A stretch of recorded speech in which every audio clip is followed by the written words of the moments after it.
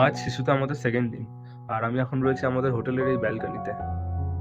এখন সময় হচ্ছে সকাল 8টা, আর মারাত্মক ঠান্ডা লাগছে। এখন ফোনের লোকেশন অন করে টেম্পারেচার চেক করছি, তো টেম্পারেচার এটা দেখাচ্ছে -13 ডিগ্রি। ঠান্ডা এখানে এতটাই বেশি যে রাত্রিবেলা আমাদেরকে সবাইকে বলে রেখে গেছিল যে বালতি মগ সব ভরে রাখতে, কেননা রাত্রিবেলা জল জমে যায়। আর তাই হয়েছে, আমরা জল ভরে রেখেছিলাম। এখন আমরা ভোরবেলা উঠে যখন ফ্রেশ হবো বলে কল খুলছি, তো কলের জল পড়ছে না, জল পুরো জমে রয়েছে, বরফ হয়ে রয়েছে। আপনাদের মনে হতে পারে এখানে তো কোথাও বরফ দেখতে পাচ্ছি না, তো -13 ডিগ্রি বরফ নেই কেন?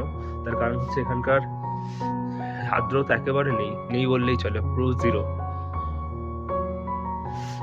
জিরো এখানকার আর্দ্রতা। সেই জন্য এখানে জলীয় কণা কিংবা বাষ্প কণা একেবারেই নেই। তবে আশেপাশে যে এগুলো নদী বা জলের স্রোতগুলো আছে, সেগুলো কিন্তু একেবারে জমে বরফ হয়ে গেছে। সেটা আমি এখন এই মুহূর্তে দেখাতে পারছি না, আমি সুযোগ পেলে অবশ্যই সেগুলো দেখাবো। আজকের আমাদের গন্তব্যস্থল হচ্ছে সিনকুনলা পাস।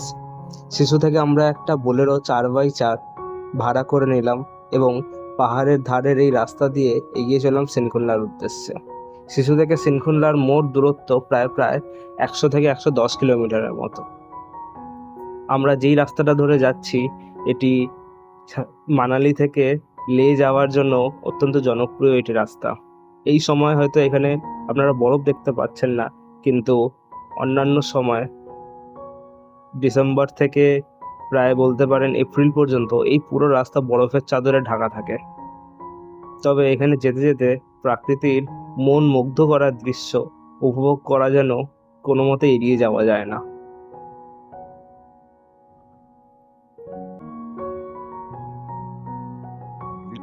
আমরা এখন যাচ্ছি শিশু থেকে সিনকুলার দিকে, আর এখন আমরা রয়েছে কেলংয়ে আমরা এখন হল্ট করেছি কিছু ব্রেকফাস্ট করে নেওয়ার জন্য। পেছনে রয়েছে হোটেল, দেখা যায় এখানে কি পাওয়া যায়। আমরা ব্রেকফাস্ট করে আবার বেরিয়ে পড়বো। এখান থেকে কেলং থেকে সিনকুলার দূরত্ব হচ্ছে মোটামুটি 55 থেকে 60 কিলোমিটারের মতো ড্রাইভারের অনুযায়ী। কেলং থেকে 33 কিলোমিটার এগিয়ে আসার পরে পড়ল হিমাচল প্রদেশের সবথেকে দীর্ঘতম ব্রিজটি। এই জায়গাটার নাম দারচা, এবং জায়গার নাম অনুসারে ব্রিজেরও নামকরণ করা হয়েছে দারচা ব্রিজ বলে। এটি হিমাচল প্রদেশের সবথেকে দীর্ঘতম একটি ব্রিজ। এই ব্রিজটি নির্মাণ করেছে বর্ডার রোডস অর্গানাইজেশন অর্থাৎ BROরা। এই ব্রিজটি পুরোপুরিভাবে স্টিল দ্বারা নির্মিত। এটিও কিন্তু একটি এখানে আসা সকল ভ্রমণার্থীদের জন্য একটা ভিউ পয়েন্ট। কিন্তু আমরা এখানে না থেমেই এর ওপর দিয়ে সোজা এগিয়ে চললাম আমাদের গন্তব্যস্থলের দিকে।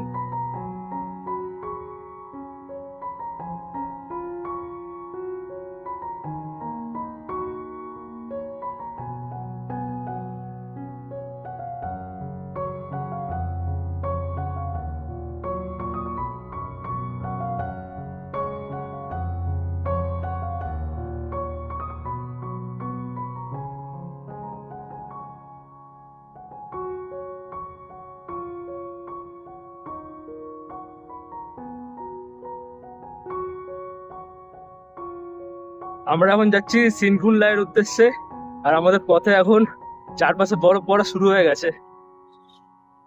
আমাদের গন্তব্য সিনকুনলা পাস। আমাদের রাস্তায় বরফ পেয়ে গেছি, চারিদিকে বরফ আর বরফ। আমাদের উদ্দেশ্য সফল হয়েছে। যত ওপরের দিকে উঠছিলাম ততই বরফ বাড়ছিল, এবং বরফ গাড়ির চাকার সাথে লেগে ছিটকে ছিটকে ওপরে আমাদের গায়ের ওপর এসে পড়ছিল। এই কারণে আমাদের জামা কাপড়গুলোও বেশ নোংরা হচ্ছিল। কিন্তু যে সুন্দর ভিউটা আমরা গাড়ির এই ওপর থেকে দেখতে পাচ্ছিলাম, এই অনবদ্য ভিউর সামনে এটা যেন খুবই সামান্য একটা মূল্য। এই দৃশ্যগুলোকে যেন শুধু কল্পনাতেই রূপ দেওয়া যায়। আপনাদের সকলকে জানাই স্বাগত হিমাচল প্রদেশের অত্যন্ত সুন্দর এবং বরফে ঢাকা এই জায়গায়। এই জায়গাটার নাম সিনকুনলা, আর এখন আমার চারপাশে রয়েছে বরফ। আমরা শিশু থেকে হোটেল ছেড়ে এখন এখানে এসে পৌঁছেছি। এখন সময় হচ্ছে 1টা, আর সূর্যদেব রয়েছে একদম মাথার উপরে। আর এখানে চারিদিকে রয়েছে বরফ, আর এখান থেকে আরেকটু ওইদিকে গেলে পরেই পড়বে বর্ডার, হিমাচল প্রদেশের শেষ গ্রামটার নাম আমি ভুলে গেছি। ওটাকে পার করে দিয়ে এসে আমরা এখন পৌঁছেছি এই অনবদ্য সুন্দর জায়গায়।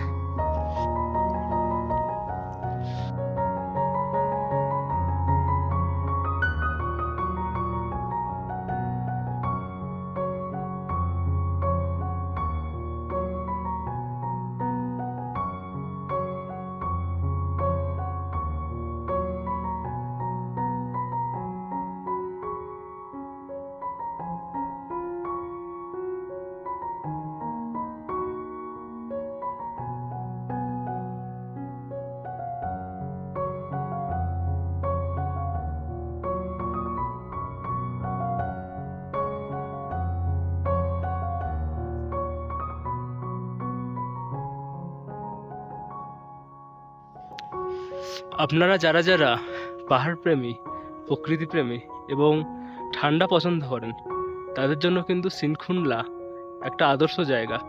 আপনারা আপনাদের হিমাচল প্রদেশের ট্রিপে অবশ্যই কিন্তু এই সিনখুনলা জায়গাটাকে প্ল্যানে রাখবেন, যদি আপনারা পাহাড় প্রেমী এবং এই বরফ প্রেমী হন। হয়তো আপনাদেরকে এখানে আসার জন্য হয়তো একটু বেশি কিছু পয়সা খরচা করতে হতে পারে, কিন্তু বিশ্বাস করুন এই জায়গাটা পুরো পয়সা বসুল। আপনার প্রত্যেকটা পয়সা বসুল হয়ে যাবে এখানে আসলে পরে। এখানে আসার একটা আলাদাই অনুভূতি, চারিদিকে শ্বেত বরফ এবং নীল আকাশ।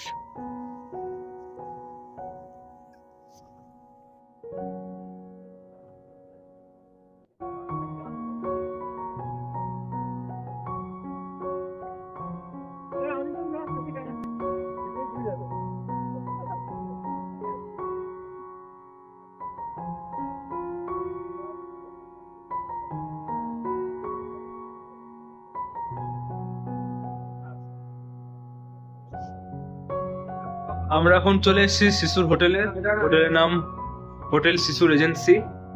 আর এটা হচ্ছে আমাদের রুম। 1 মিনিট ফ্রন্ট ক্যামেরা করে নি। এটা হচ্ছে আমাদের রুম নাম্বার 202।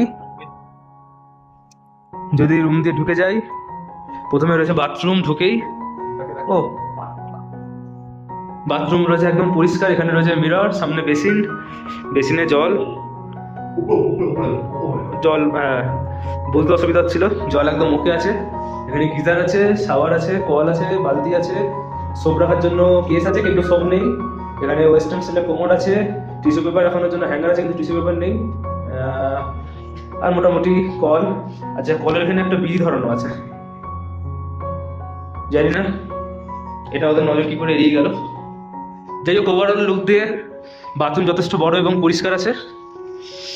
এবার চলে আসি আমাদের মেন রুমে। রুম থেকে ঢুকে এখানে রয়েছে প্রথমে ডাস্টবিন আর ব্যবহার করার জন্য 2টো জুতো।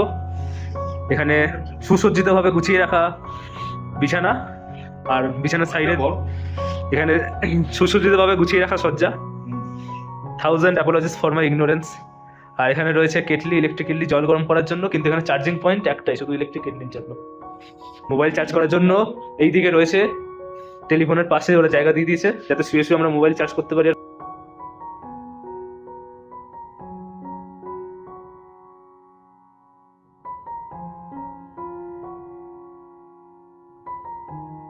রুমের মধ্যে একটা আলমারিও দিয়ে দিয়েছে যেখানে এতগুলো ড্রয়ার আছে, আর এখানে মিরর আছে, আয়না আছে, আরসি আছে। ড্রয়ারের ভেতরে ওরা রাতের ঠান্ডা থেকে বাঁচার জন্য দিয়ে দিয়েছে একটা লেপ, যেটা আমাদেরকে এই কম্বলের উপরে জড়িয়ে শুতে হবে। আর নিচের গুলো কিছু দিয়েছে না, নিচের গুলো খালি আছে। ভ্রমণের নতুন কোনো এক কাহিনী নিয়ে লাগেজপত্র রাখার জন্য। সাবস্ক্রাইব করে পাশে থাকুন।